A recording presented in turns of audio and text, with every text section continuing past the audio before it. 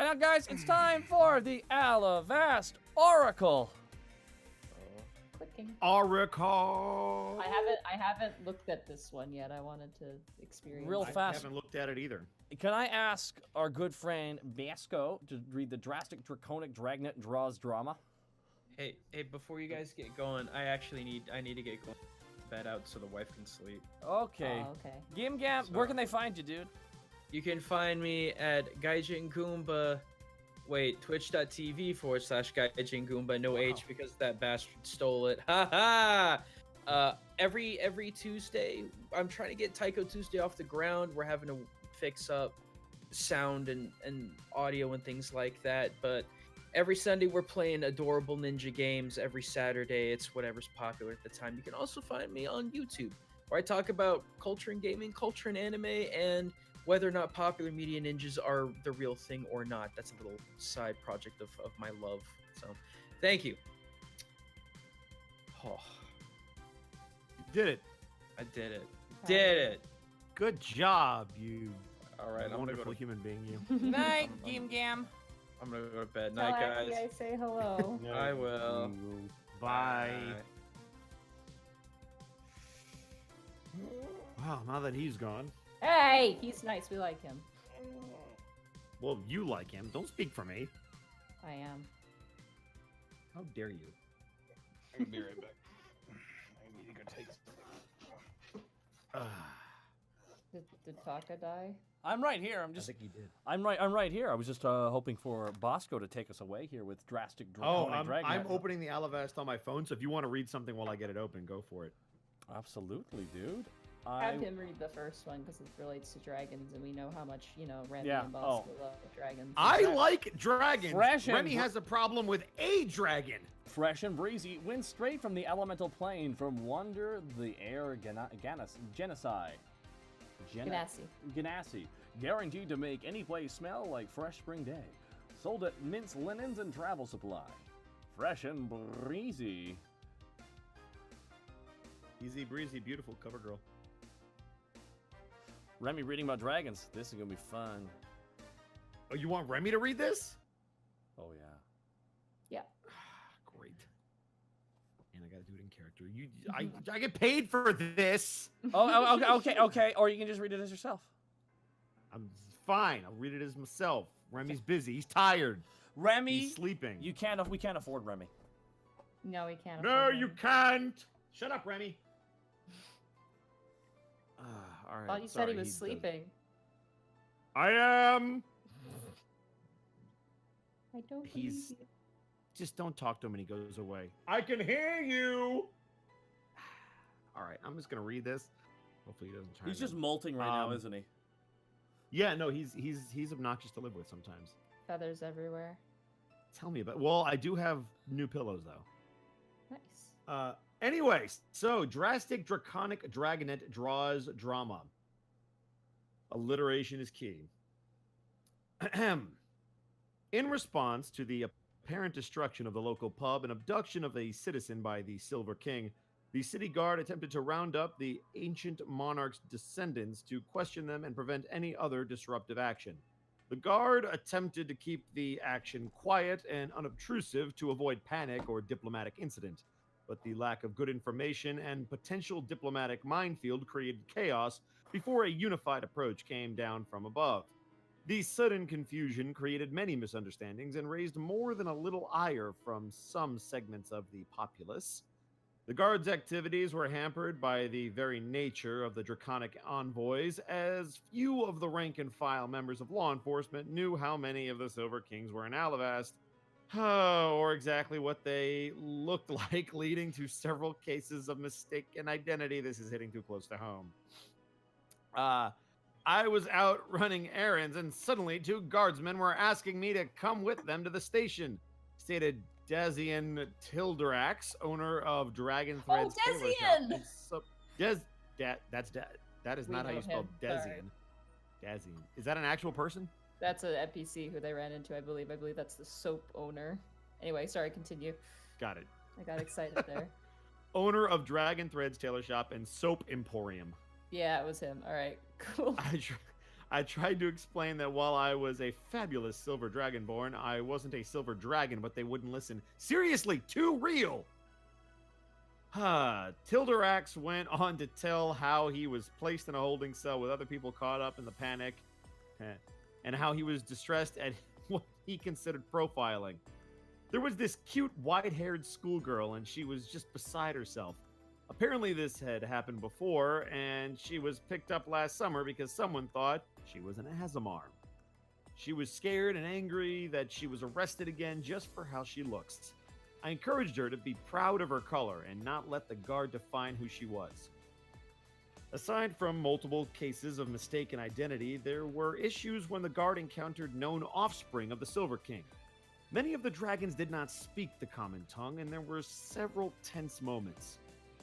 I was playing kickball with the other kids when the guard started yelling at the new lady, reported Timothy Dupree, a refugee living in Tentown. They were getting really mad until the kobold came down the road and yelled at them in dragon talk. Dragon talk. She went with the guards, and I hope she's okay. She didn't do anything wrong. While there were no reports of violence, there was what amounted to acts of civil disobedience by many of the detainees. One report detailed how a dragon maintained his humanoid form but went limp and refused to move, forcing the guardsmen to carry him. This was further hampered when he partially released his shape-changing magic, causing his body to retain its small size but take on its full draconic weight. Wow.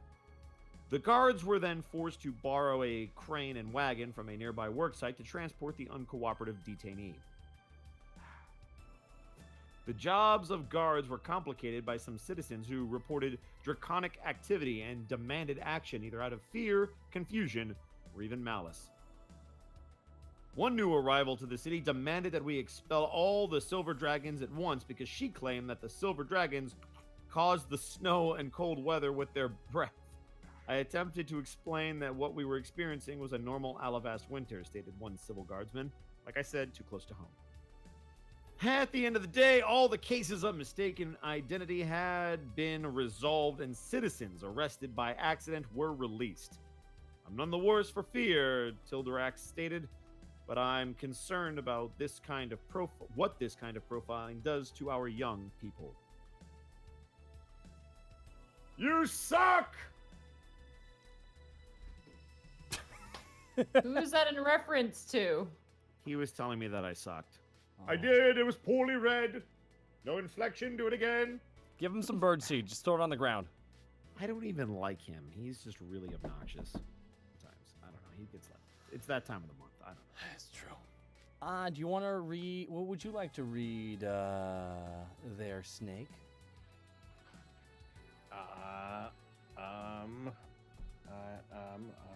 Let's see. Oh, I want to read. I know what I want to read. What do you want to read? I know what I want you to read, Monty. I will What do you read want? a Wait, fight what do you want me for- to read? The thing you want to read. Oh, I will read a fight for romance on the pages. damn it! That's what I wanted to read. Oh, okay. you That's can okay. have No, it. you read it. You read it. It'd be better if Okay. you read it anyway. Okay.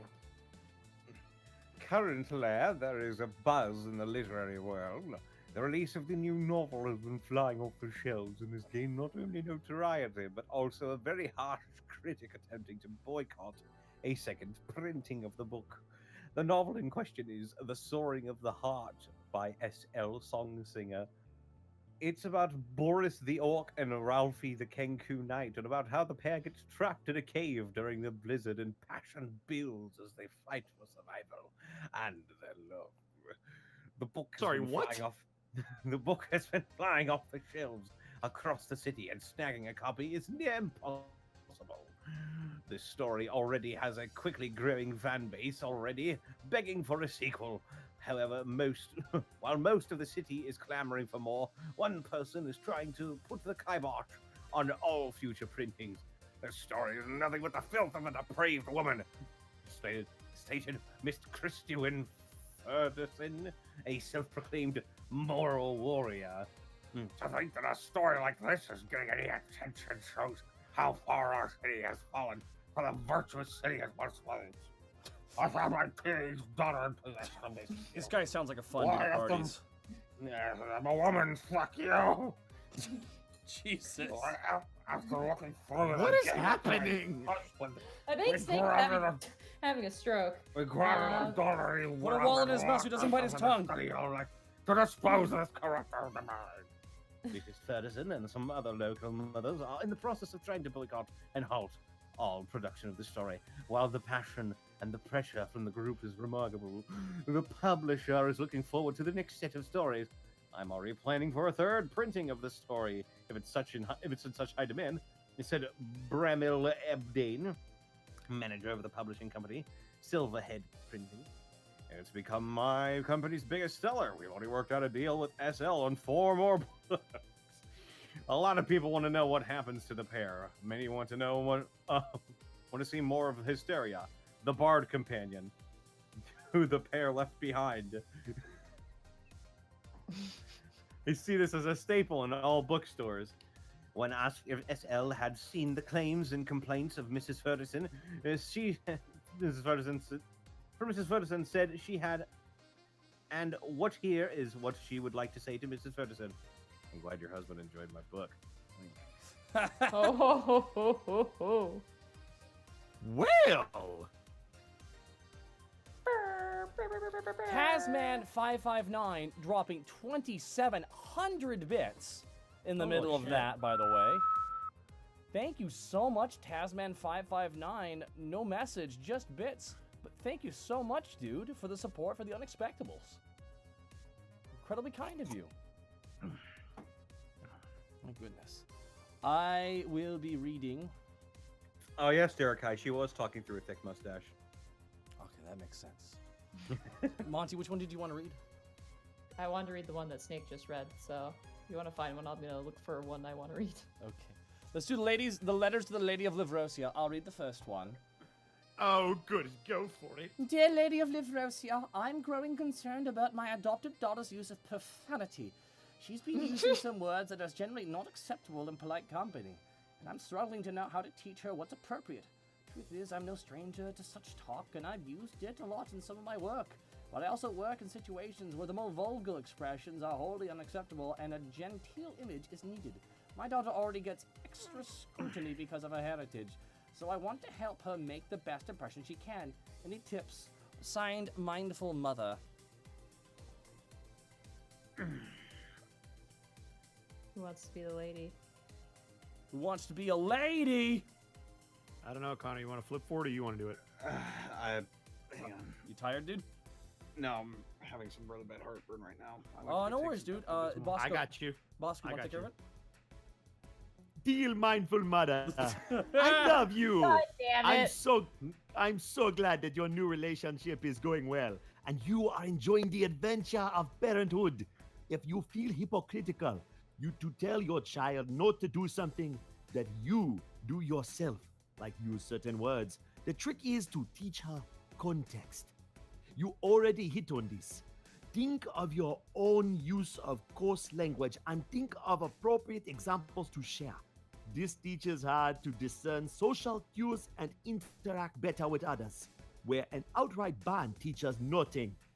Teaching her how to interact with a variety of environments will serve her well in the future, as well she encounters new people and experiences.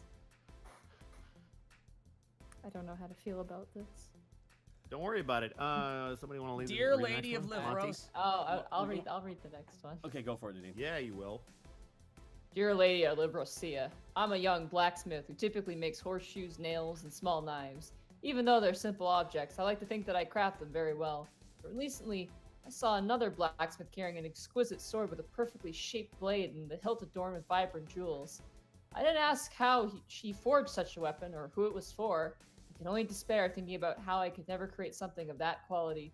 Do you have any advice for dealing with inadequacy? Signed, Smithy. Dear Smithy, I love you. We are all beautiful and unique people. And because we are unique, we all have different things we do. Even within smithing, there are people who make nails and horseshoes, and people who make gates, and people who make swords and armor. These are all the things we need. A sword can't hold a house together, and a shield can't protect their horse's hooves. Make nails and horse hooves with love and passion. Take pride in what you do. While swords are flashy, many people get use out of nails. It's amazing. Dear lady, There we go. I just don't know what's wrong with me. I go out on dates, I talk to people, I'm not bad looking, and I think I'm charming, but the instant I feel like I have a real connection, they never talk to me again. This happens so many times that it just can't be a coincidence. I think either I come off too strong and creep people out, or they just forget about me. Is there anything I can do to keep my prospective partners interested, but not come off as desperate? Signed, Lovely and Alone. Dear Lovely, I love you! Often it feels like we are missing something. We don't make the connections we want. We begin to doubt our very selves and struggle to find fault in what we do. Sometimes it simply takes time to find the perfect someone. It never hurts to check in with a friend who can give you an honest opinion.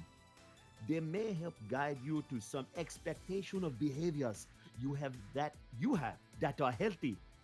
Don't feel the need to wear a mask to hide who you are.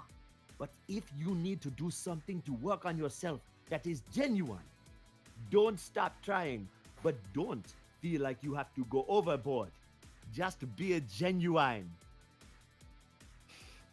It's so amazing. So amazing. I apologize in advance. strong. Oh, by the way, Wakanda forever. And there- Some of these are so freaking amazing. There's so much amazing work goes into this one. Strong mustache wax. With every purchase you make, we send one can to our yes. troops who need it. The troops need... Oh, sorry. Dolly pastries. Stoop kid won't leave his Pumpkin stoop. spice I'm reading this one. Hey, get away from my stoop. That's right. Keep walking. Alivast is known for its oddities and mysteries, yet nothing has perplexed the residents of Southside Lower General as much as Stoop Kid, an oddly tall gnomish boy who seemingly never leaves the front entrance of this condemned building. From the heat of the summer to this winter's own blistering cold, though the colossal cube slime incident and the woeful eclipse, Stoop Kid has stood watch over the stoop as if it was his own castle to defend. Well, where did Stoop Kid come from? When did he begin to take refuge in this stoop? There are many theories passed around the local children and surprising amount of ill-spirited adults. Some claim that he was abandoned upon the stoop as a baby, somehow sustaining himself through the seasons. Others say that he is a freak treant experimenting and has roots ingrained into the ground under the stoop. Few even swear the idea that Stoop Kid is not a kid at all and is actually much older than the city and even some old countries. No one really knows his history to such a degree that people say that magic is involved. Reaching out to the guard, a representative was just as perplexed. We really have no idea what's going on with this kid. There has been multiple inquiries into his background, but there's nothing in our records about him. We even sent some guard to ask him why he's squatting and if he needs any help. But when they came close to him, they were suddenly compelled to just walk away. When asked why they haven't looked into the sinner, our contact scoffed and asked that why I was even interested in this story in the first place, with everything else going on. The building Stoop Kid unwittingly protects is this misanthropy was originally a foul fellow. Top 10 out of 10 reference, everybody. 10 out of 10 reference. That was a Hey Arnold reference, Nadine. That was Hey brilliant. Arnold. Oh, Stoop wow. Kid gonna leave his stoop. Stoop Kid, it's considered one of the best episodes of the show. Stoop Kid's afraid to leave his stoop. Bum, bum. Stoop Kid's afraid to leave his stoop. Bum. It's really good here. Classic. Freaking classic. I think we're gonna wrap here because we've been going for 2.5 hours. Yeah, Woo! I'm sorry. I wish I had more energy. Yeah, we're really Don't worry, exhausted. I got y'all. Let's But I want to thank. wrap it up I want with to some thank. energy. I want to thank Fozzie Wolf, Night Hunter 66, Kiara Ryan 1, Alcoholic, Saichi Evie, The Threadweaver, Froggy's Mom, Jim the Rabbit Cow, Pwysuit 47, and Voodoo Soviet for putting this all together.